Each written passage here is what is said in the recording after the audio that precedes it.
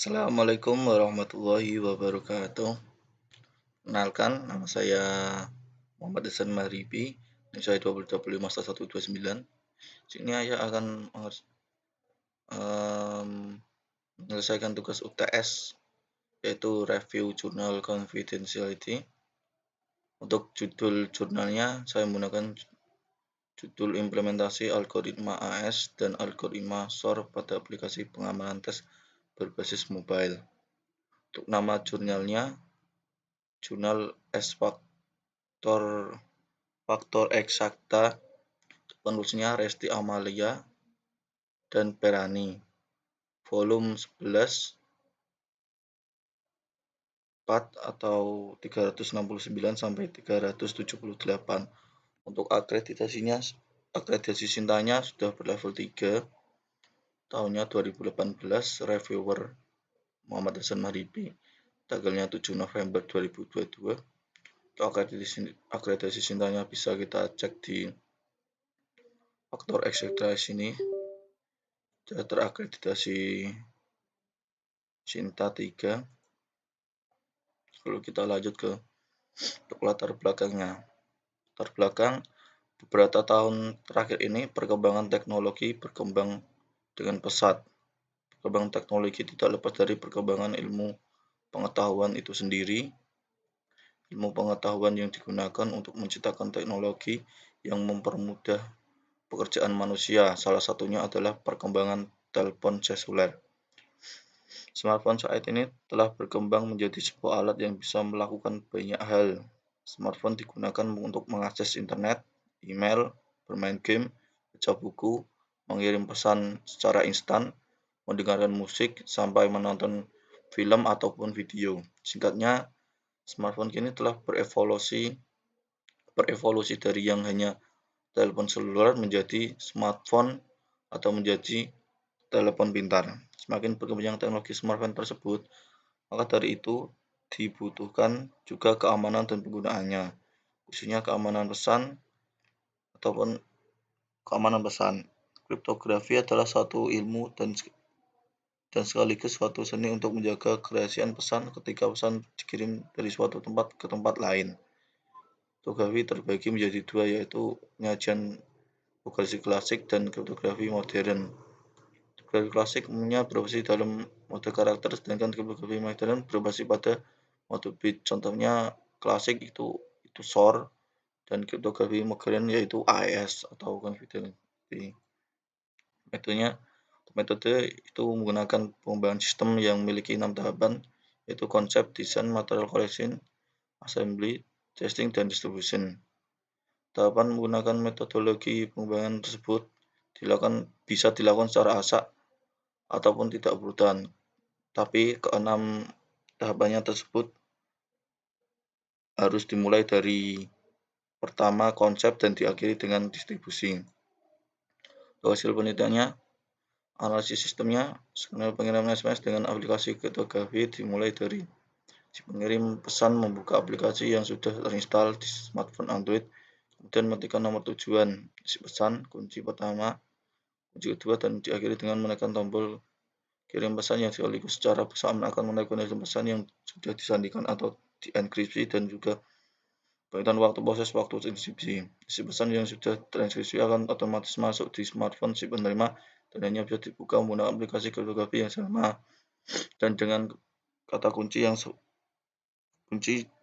juga sama dengan si pengirim.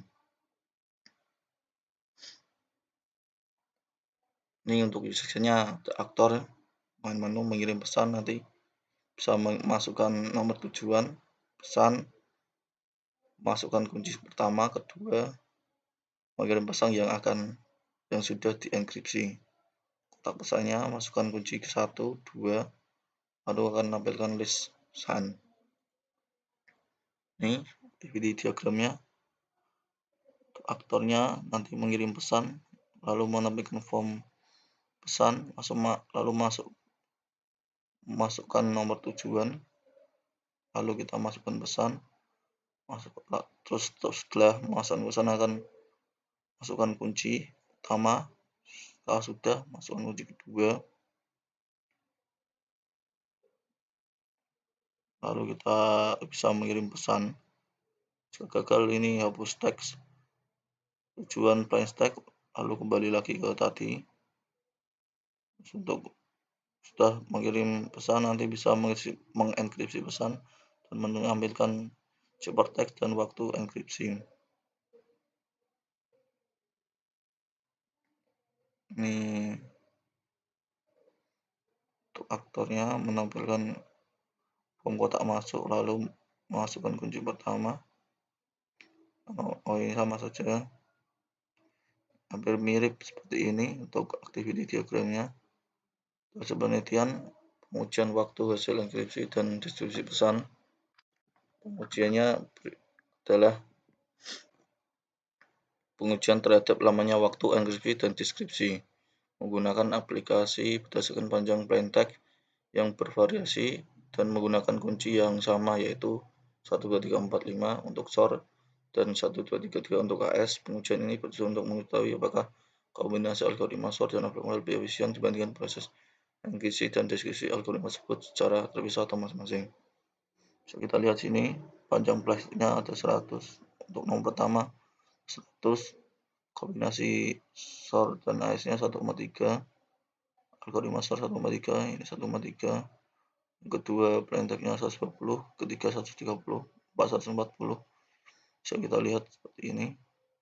Totalnya untuk algoritma SOR dan AS ini 5,15, algoritma SOR ini 4,13, dan algoritma AS itu 4,14.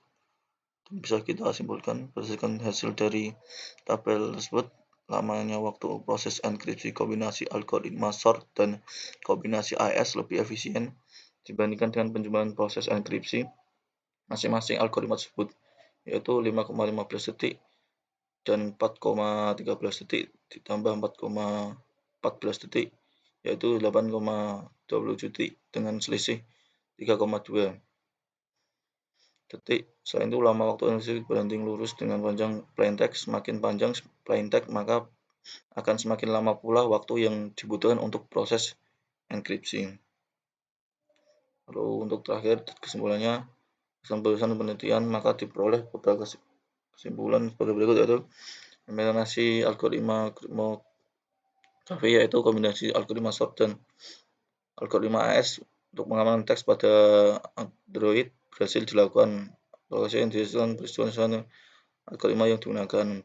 Plain text yang diacak dapat dikembalikan ke bentuk semula dengan menjaga keaslian dan keutuhan pesan tersebut setelah dikirim. Juga waktu pemrosesan enkripsi dari kombinasi algoritma SOR dan algoritma AS ternyata lebih efisien dibanding dengan penjumlahan waktu proses enkripsi masing-masing algoritma tersebut. Untuk proses enkripsinya terdapat selisih 3,12. Itu saja presentasi dari saya untuk video tesnya. Kurang salahnya saya mohon maaf. Wabillahi taufiq wal hidayah. Wassalamualaikum warahmatullahi wabarakatuh.